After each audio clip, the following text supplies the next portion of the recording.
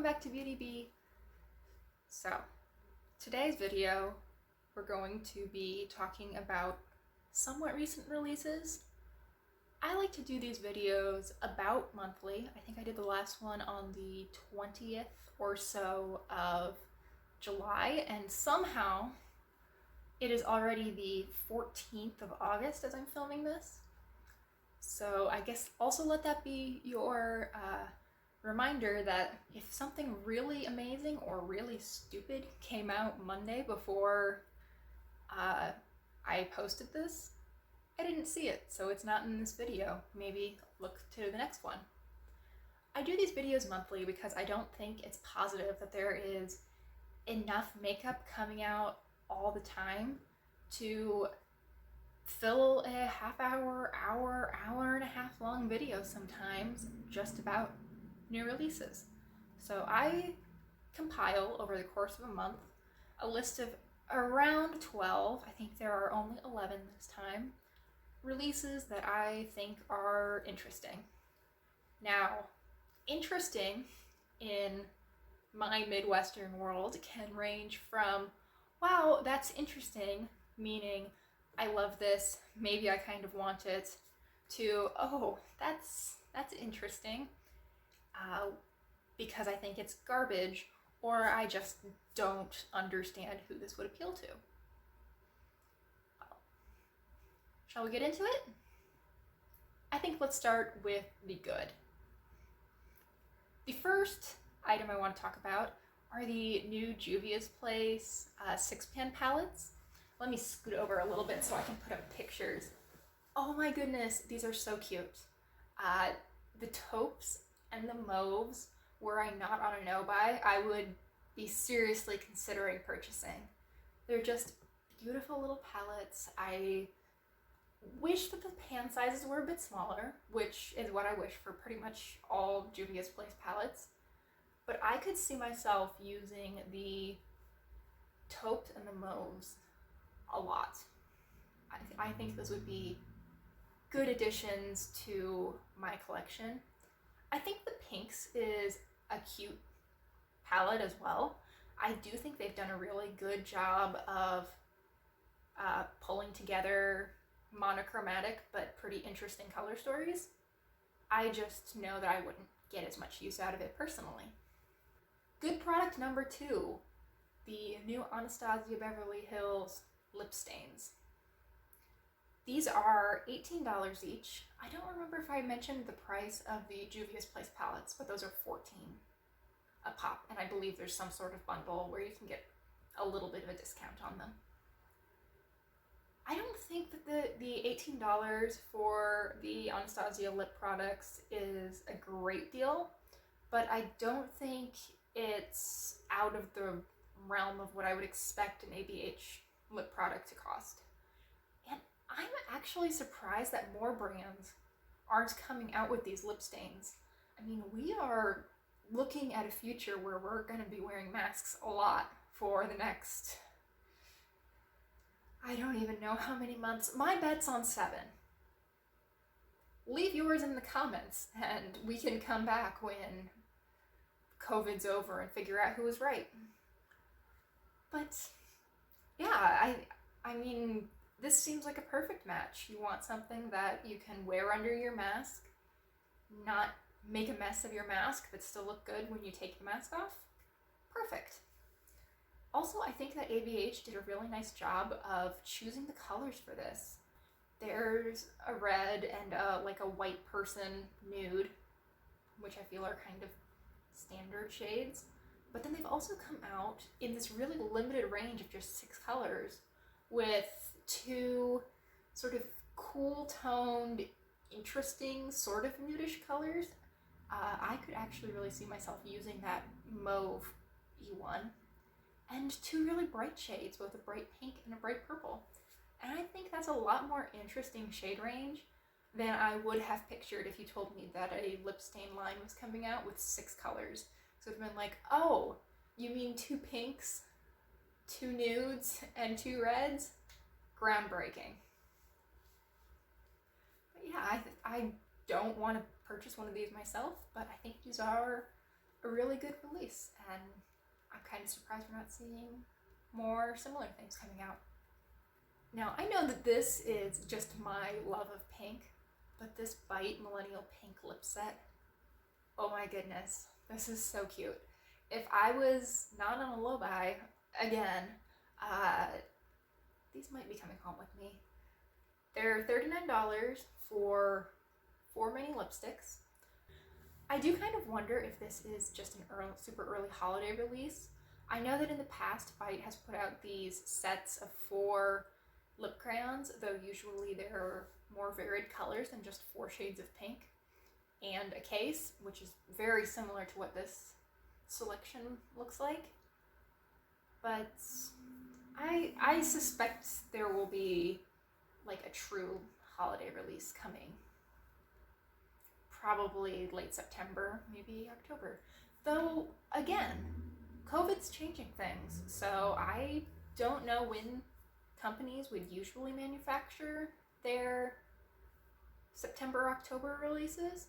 I'm kind of wondering if it might be pushed back and we might actually not see holiday stuff until late October or November this year. I'm intrigued. I want to know what's going to happen. Oh, and here, number 4. I don't want to like this as much as I do, but oh my goodness, I really like it. The Lauren Conrad Beauty release. Everything's kind of too expensive for what it is, which I kind of expected.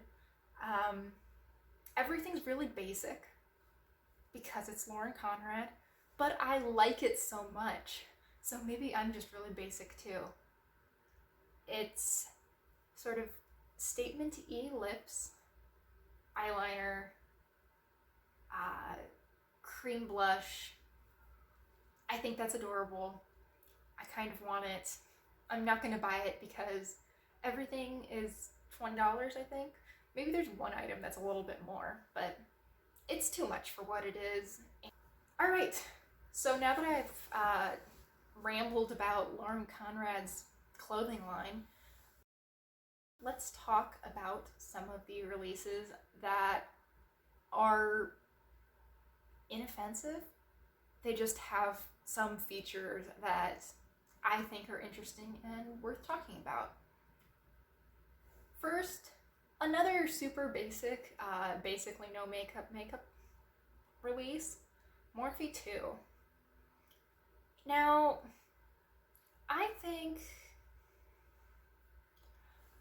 that this was probably a pretty good move for Morphe. I understand that this is aimed more at Gen Z, so high school to undergrad and college age kids, and I think that the price tag on this makes a lot more sense for that age group than the Glossier stuff does. I really do also like the sort of sheer coverage, glossy lips look. I mean, that is something I appreciate both on other people and on myself. I do have some pretty mixed feelings about the messaging behind the brand. I don't know why, if you wanted to purchase this Glossier look, you would go to Morphe. Morphe seems like the wrong fit because they've been selling us Instaglam possibly even more than about any other company out there. They've been selling us this super Instagram look for years now. So I don't know why I would choose to go to Morphe for natural, dewy, model off-duty chapstick kind of look. That doesn't seem like a natural fit to me. Number 2 on this list, the Wayne Goss Imperial Topaz Eye Palette. Now this is pretty pricey, which I think is the main criticism of it online. It is $55 for 6 shades, although the 6 pans do look to be a decent size. I know that doesn't make sense for a lot of consumers, especially people who are really big into the beauty community have a ton of eyeshadow, etc. But I think that, I mean, for a makeup artist, it makes sense. And for someone who's really looking to have a truly everyday, not just in, I could wear this every day, but a true, I will use this every time I go to work or similar eyeshadow palette, I think that spending a good chunk of money, but having pans that will last you a very long time does make quite a bit of sense. And yeah, it's kind of a color scheme that I think, again, most people in the beauty community who have a ton of eyeshadow already have a few times over. But I mean, would it be a Wayne Goss palette if it was rainbow? I feel like I've seen only a handful of Wayne Goss videos over the years, but he always does super neutral looks, doesn't he? Or at least that seems to be what he models in many of his tutorials. I actually think it's a pretty good release. I think this makes sense for his brand, but it's not something I would be interested in. Number 3, the Dominique Cosmetics liquid eyeshadows. They call these the Beautiful Mess liquid eyeshadows. I mean, I don't feel strongly about these one way or the other, with the exception of the matte shade. I do not understand the purpose of a liquid matte eyeshadow. These are going to be pretty expensive. I think these are, let's see, I wrote that down. These are $20 each. $20 is a lot for a single shade of eyeshadow. And while I could see how someone could justify that if it was, you know, something super special, a really crazy duochrome or really intense glitter or something along those lines, I don't understand it when it comes to a matte shade. Also, I just think that they're probably not super easy to work with, at least in the way that I like to wear matte eyeshadows, which is usually fairly blown out. I don't imagine that this would be particularly easy to use, and it would be much more expensive than powder shadows that I already find pretty easy to use. So yeah, if you guys have any insights on these matte liquid eyeshadows that are coming out recently, I would love to hear them. What do you think their purpose really is? And number 4 on the releases that are not super appealing but have some small point worth talking about, the ColourPop Land collection that launched, I believe, yesterday at this point, probably last Thursday by the time you're watching. So, you know, old news by ColourPop standards. This was their collaboration with Candyland.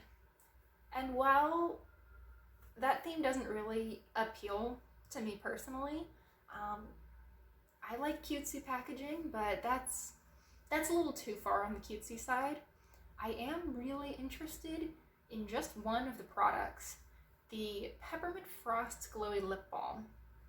Now, first of all, the packaging on these particular items of the collection is a lot less garish, I think, than much of the other stuff. I'm not interested in the palette or the loose highlighter at all, largely because of the packaging.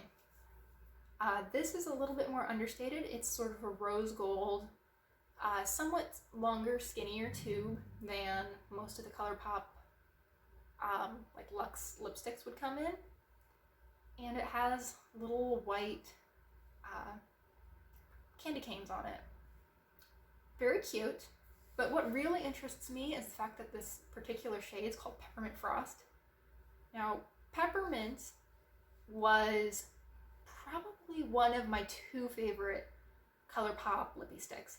I only owned 1 tube of this. It came out years ago.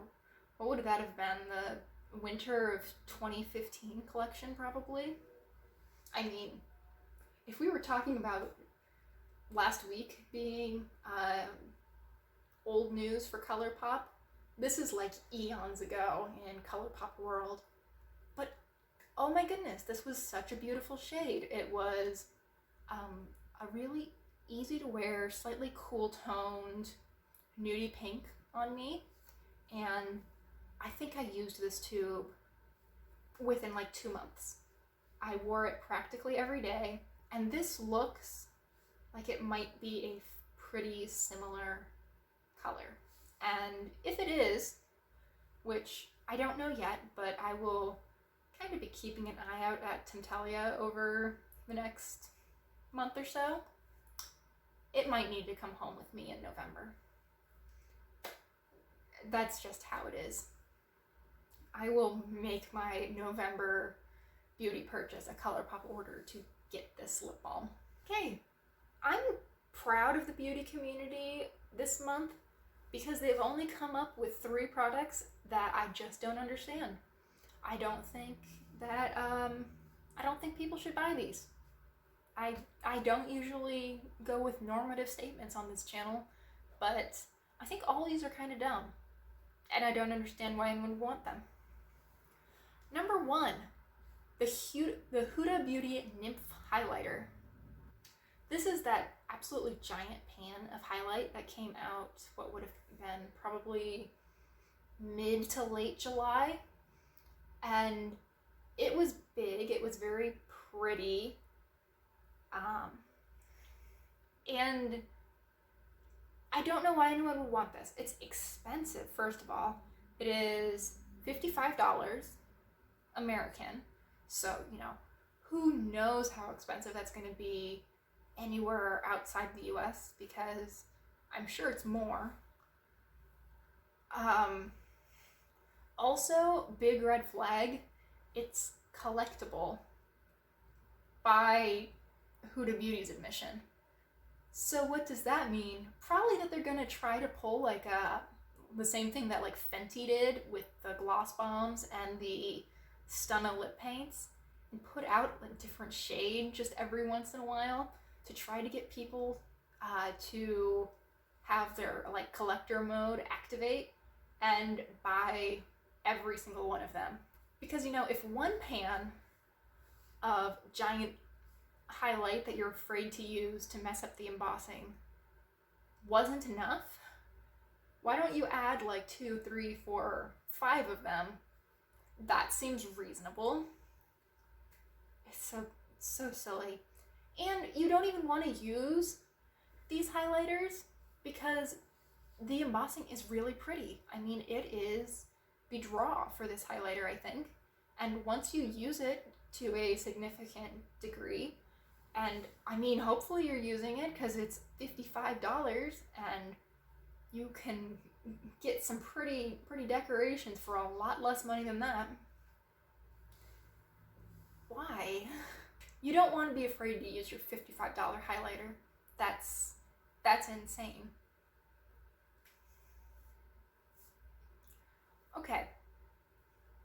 Now let's stop me before I actually start ranting about these collector sets of makeup and talk about another kind of set that I hate, with the Kylie Skin lip balm set that she put out for her birthday this year. Now, the fact that she puts out a birthday collection is a lot, but it's her thing to be a lot. She's a Kardashian, so we'll just move on from that. But who wants 6 full-size lip balms all at the same time? I put on chapstick every night, and I go through like 3 tubes, maybe 4 a year.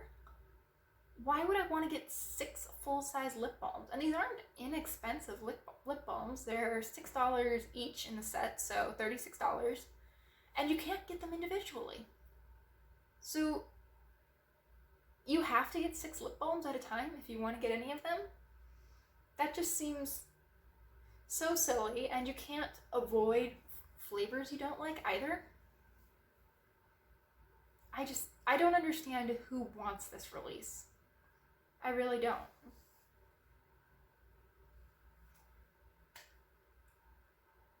Now for this final product, I'm gonna actually have to leave you for a while because I have a dupe in my collection, and I think a lot of you do too.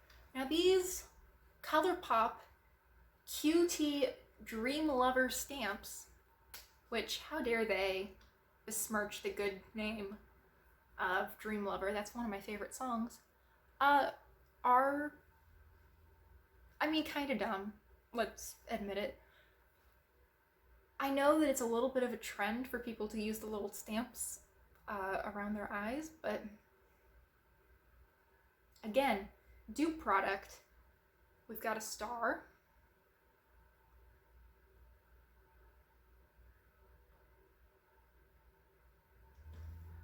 Very fun.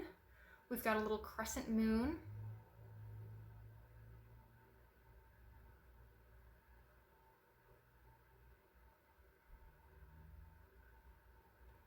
Good times, good times. And what was the other one? I bet it was a heart.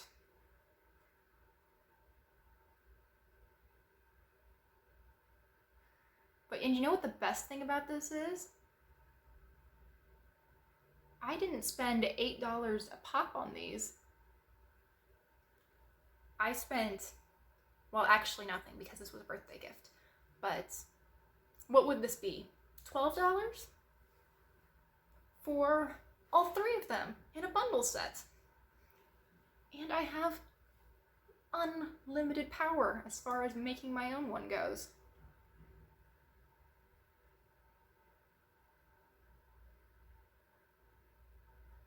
So, you gonna give us that one, ColourPop? I didn't think so. Okay, me being salty aside, thank you so much for watching. I hope you enjoyed. I'd love to hear your thought about any of these products down in the comments below. I hope you'll like and subscribe if you enjoyed, and I hope I'll see you next time. Bye!